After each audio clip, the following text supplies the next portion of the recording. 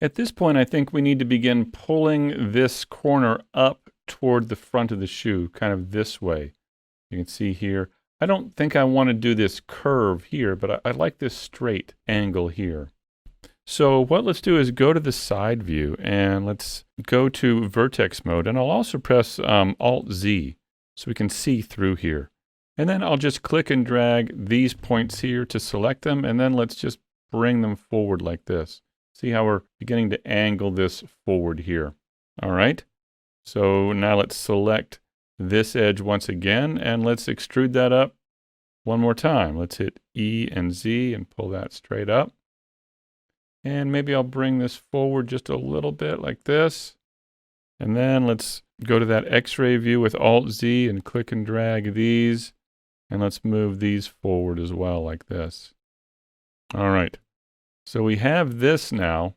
The next step is to continue extruding and angle it back toward the ankle. So let's do that. Let's go back to the side view. Let's hit E and let's bring this up. And then here, let's grab these 2 points here, and let's take them back like this. And I'm leaving some room over the foot here for us to pull them together across the top. We're going to need to insert a couple of edge loops in here, but let's wait to do that until we get a little further here. I'll go back to the side view and let's Alt-click this edge. Let's hit E and pull up again. Once again, let's grab these points here, pull them back like this. So now we've got this shape here.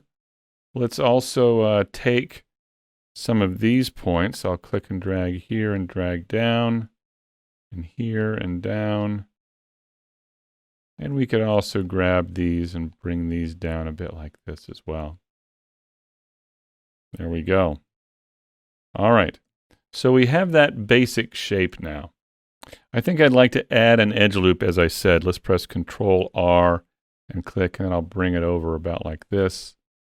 And over here, I'll press Control R and click and bring that to about right here, just so we have an edge there for it to kind of bend toward the center. And now what we can do is go ahead and begin moving them toward the center. I'll turn on the proportional editing tool, and let's press S and X, and I'll begin moving these in. We can scroll the mouse wheel in or out here, depending on what we need. So I'll go with that here. Grab these two, press S and X, bring these in like this.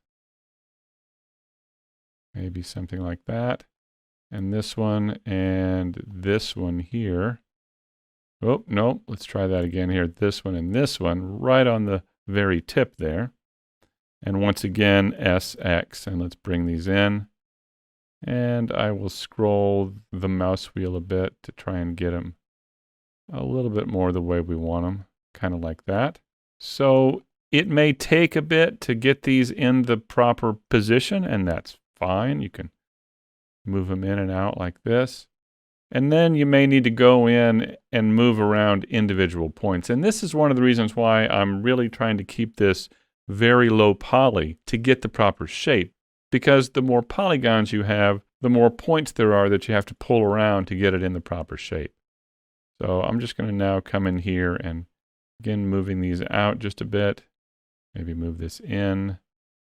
So just beginning to reshape this whole area here, kind of like this. And a lot of this is going to get smoothed out once we turn on subdivision surfaces, so you don't have to worry about getting it too perfectly smooth at this point in time. I'm going to go to the X-ray view with Alt-Z and then grab that point and just move that out a bit. And maybe this one as well. Something like that. Okay. And then I can begin moving these points around as well. So maybe grab this and move it over and move these in or out depending on what is needed to get that top opening around the ankle here. So I'm just going to move these in a bit. There we go. So we have that basic shape now. And I should mention, don't worry too much about issues like this where the foot is sticking out through the shoe, that's really not a problem at this point in time, because ultimately we're going to delete the faces of the feet underneath the shoe. We don't need that. Once it's hidden away, we don't need those faces. Now, we're going to be sure and save a copy of the file so that we have it, so we don't lose our work. But ultimately, once we rig the character, we aren't going to want hidden faces, unseen faces, because as the character deforms, they'll poke out through the shoes or the clothes or whatever.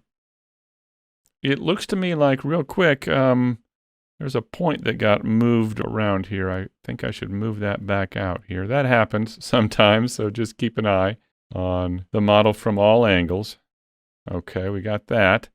Now that we have this, let's begin working on the toe. And the toe is going to come up from here and go under these pieces that we've just created and come up for the tongue of the shoe up here. So we're going to go through a similar process. We're going to grab some edges right along here, let's say. Let's go ahead and select these. I'm going to press Alt-Z so I can see those. And all the way back here. Now let's once again extrude up. Let's press E, and I'll just bring this up some, maybe slant it back a little like that. There we go. And then I want to split this off again.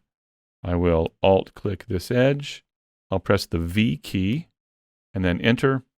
And now if I deselect everything and hover over this and press the L key, there we go. So just like we did before, maybe I'll move this up a little bit. S and X to spread it out just a smidge, something like that. I also want to take this and just bring it down into the sole just a bit like that as well. Now what we need to do is begin extruding this up, but also angling it back over the toes here and up into the tongue up here.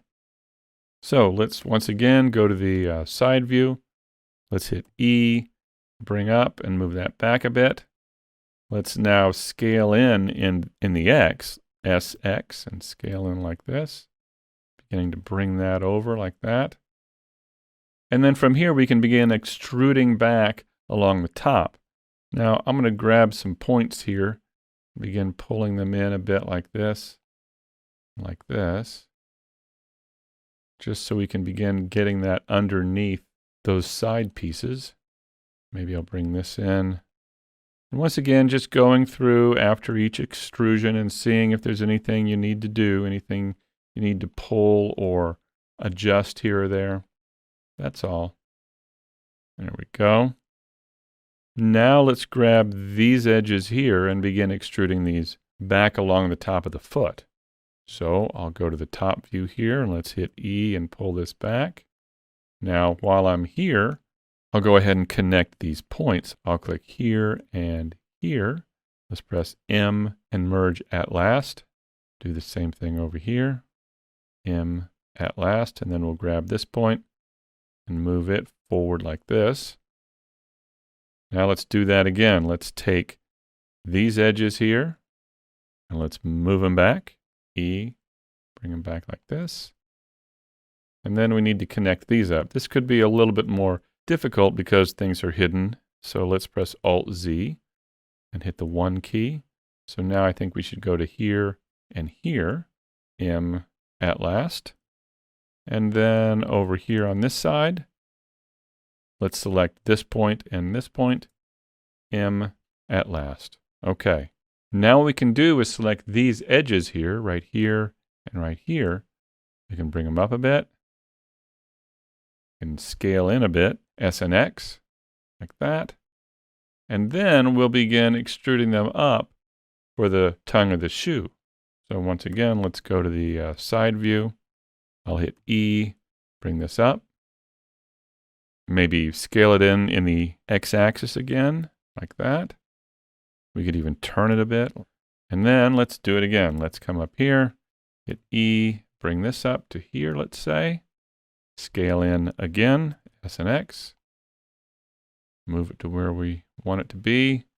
And then let's do it again. E, and pull that up to about like that. Okay. So now we have the very basic shape of our shoe. In the next video, what we'll do is we'll add a subdivision surface modifier. We'll begin adjusting points and tweaking the shape, and we'll also add some thickness to these edges here and around the top.